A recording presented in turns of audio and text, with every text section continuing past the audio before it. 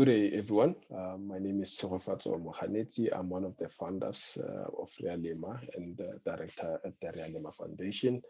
I hope you had a good Freedom Day and that you are energized for the remainder of the week. As we commemorate Freedom Day, it is important to acknowledge the substantial gains that have been made in South Africa and highlight some of the challenges that still exist in line with the work that we're doing in the communities that we operate. The intent of today's discussion is to elevate some of the plights and challenges that we've seen and that are within our purpose as a foundation, and also to create a call to action to all stakeholder groups to help solve for those challenges. Realema Foundation believes that education plays a pivotal role in eradicating some of the social ills with regards to unemployment, poverty, and inequality. At Realema, we believe a collaboration between various stakeholders is required to alleviate challenges in the value chain, and that partnerships between the public, private, and individual sector lays the right foundation for success. My colleagues have expanded on the purpose of Realema Foundation, and if you require further information, please click on the links below and to be below in the description to get more information about Realema. We will also include our website that we're still updating that will give you more information about Realema. So the last few years of Realema's existence have been quite a bit of an eye-opener. We've seen a keen desire by young people, mostly learners, who have a desire for education, who believe that education is the right tool to empower them and to change their circumstances and to propel them to success. We've also seen dedication from teachers who are willing to go an extra mile for learners and to make sure that they support the learners to achieve their goals as much as they can. We've seen some of the leaders in the different schools opening their schools to organizations like Realema for the purpose of benefiting the learners and collaborating with us in some of the activities that we do.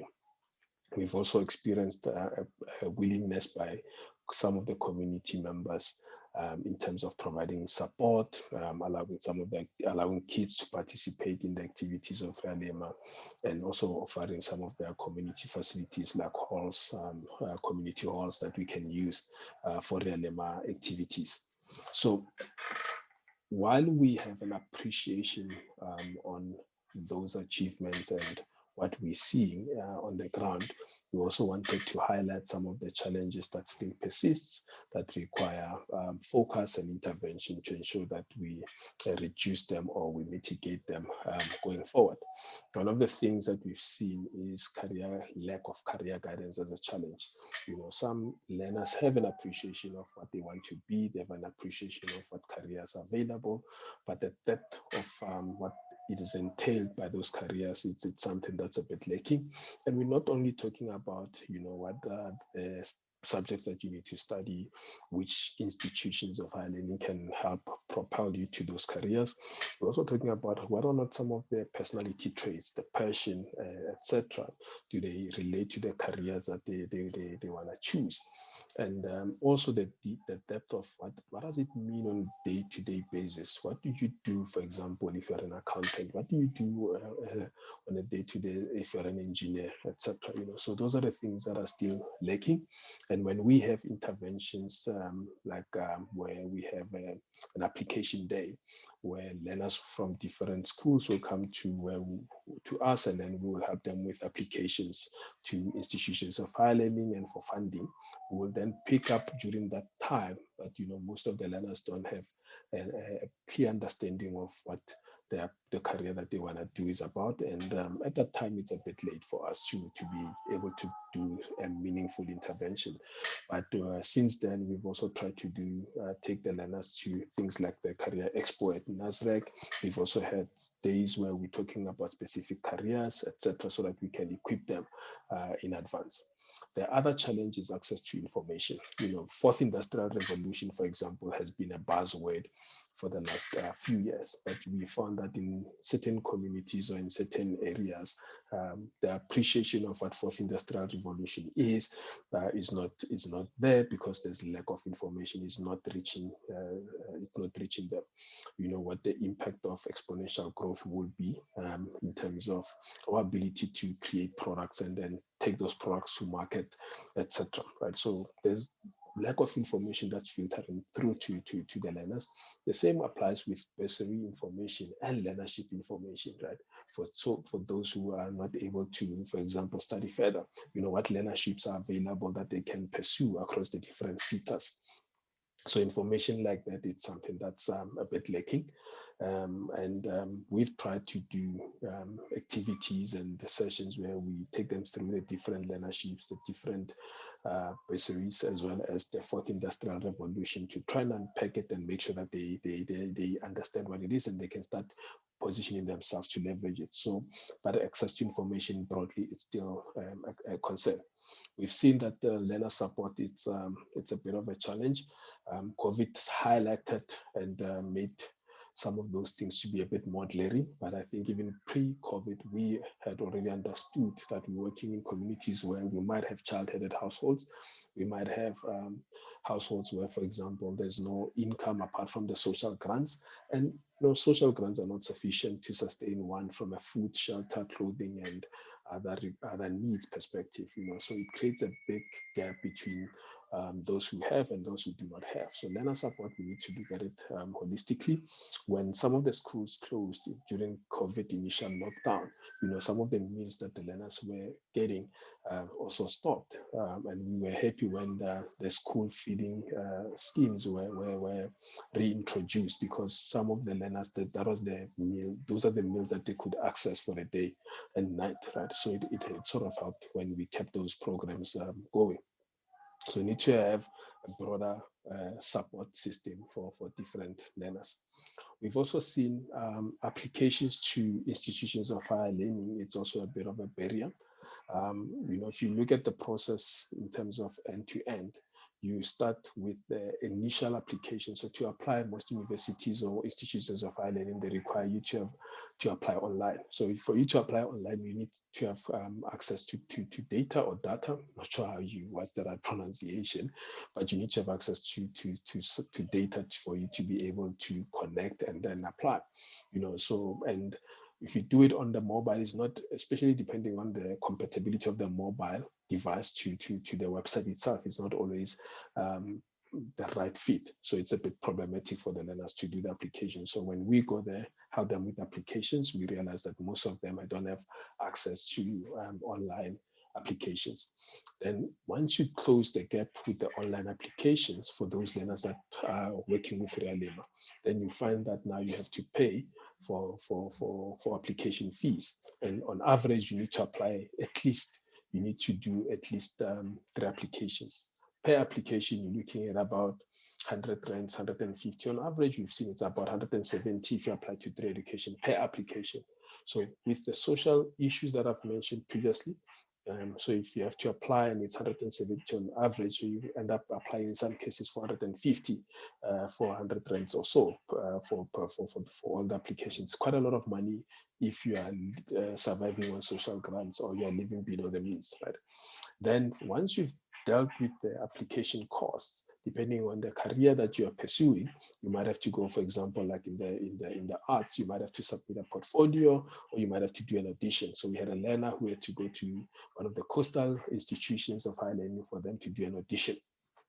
Now, the cost of accommodation, the cost of transportation, the cost of getting to the cost of food for that period that they're doing the audition. This is just so that you can audition, not so that you will be accepted, right? The audition can still go positive, it must also go negative. So they go there and then they do the application and they do the audition, and then only then they will hear if they are successful or not. So that whole thing becomes a bit strenuous on the learners, because each process and step requires a person to spend a bit of money, and if you don't have money, then it's a bit of a challenge. You're left behind. So before you even get to how expensive education is, you then have to start there. And then the last part of the challenges that we wanted to highlight, right, is to say funding for registration and accommodation, even if you are an NSFAS student, because some of the activities that we will conduct will also help them apply for NSFAS. So we will bring a commission of oath with us, a printer, our laptops, Wi-Fi, etc., so that we can do everything that day for the learner. So when you leave one of the Realema initiatives or projects, you will then have applied at different institutions. We would have helped to pay for some of the application fees, and then we would have also helped to do applications on the NSFAS to make sure that when you leave, you have everything end to end. And those who don't have emails, we would have helped them to create emails and then see if we can link some of their emails to devices if they have mobile devices. But once you've done that, then the last barrier that is a bit of a hindrance is that once you've been accepted by an institution of higher learning, in some of the cases we've seen institutions requiring learners to provide a confirmation through paying a certain fee for residence, for example. It could be 2,000, it could be 1,500 or 3,000. It depends on the institution. If you don't pay that amount, you can secure your space at that particular residence, right? So that would be around October, November. And then January, February, when it's time for registrations, now you then have to pay another fee for registration and another fee for residence. So in one of the situations, you had a learner who needed 6,000 over and above the 2,000 that we had paid in November, 6,000 in January and Feb, but that same learner was approved for NSFAS. The key is if you don't pay, you lose out. You don't register, you don't get access to accommodation. And NSFAS, I think, eventually paid about a month or two after the registration, but it still leaves the learner with a bit of a challenge, right? So today, in a nutshell, we just wanted to say, as we commemorate Freedom Day, and then we celebrate the heroes and heroines of the struggle, we want to make sure that we also elevate and we use this time to reflect. But when a call to action, the different stakeholder groups within South Africa to say, how do you help within the communities that you exist? How do you partner with like-minded organizations? And how do you support organizations like Realema to make sure that when we look at education, whatever challenges that exist, we are able to solve for those. So we, in the process of finalizing our Section 18A registration with SARS, and then once that is available, we will update all of the details within our website. And if you want to participate, if you want to support us, please feel free to do so. But if you are maybe from a distance perspective, you're not able to work with Realema, there are other like-minded organizations. There are a lot of schools that need a lot of help. So just avail yourself and let's push the spirit of volunteerism to help. In conclusion, the biggest question to answer, to solve for that, we believe will help us to also move the dial a bit, is to look at how do we create environment and competencies for learners to be able to gain competencies around problem solving and ideation. How does a learner translate an idea to entrepreneurship? So how do we equip them that by the time they matriculate, they have at least a working understanding of how do you take an idea and turn it into entrepreneurship in a practical sense, right? How do we allow for those learners with innovative minds? How do we create an environment for them to be able to, create products and then take those products to markets? How do we enable them to solve problems within the societies and communities that they live in, right? And then how do we create skills around, networking, partnering, and collaboration? Because if you look, for example, with Apple, there's no Steve Jobs without Steve Wozniak. How do we ensure that those skills are transferred at a later stage? And lastly, for us, the key is we need to be able to look at different ways in which we can equip and empower learners.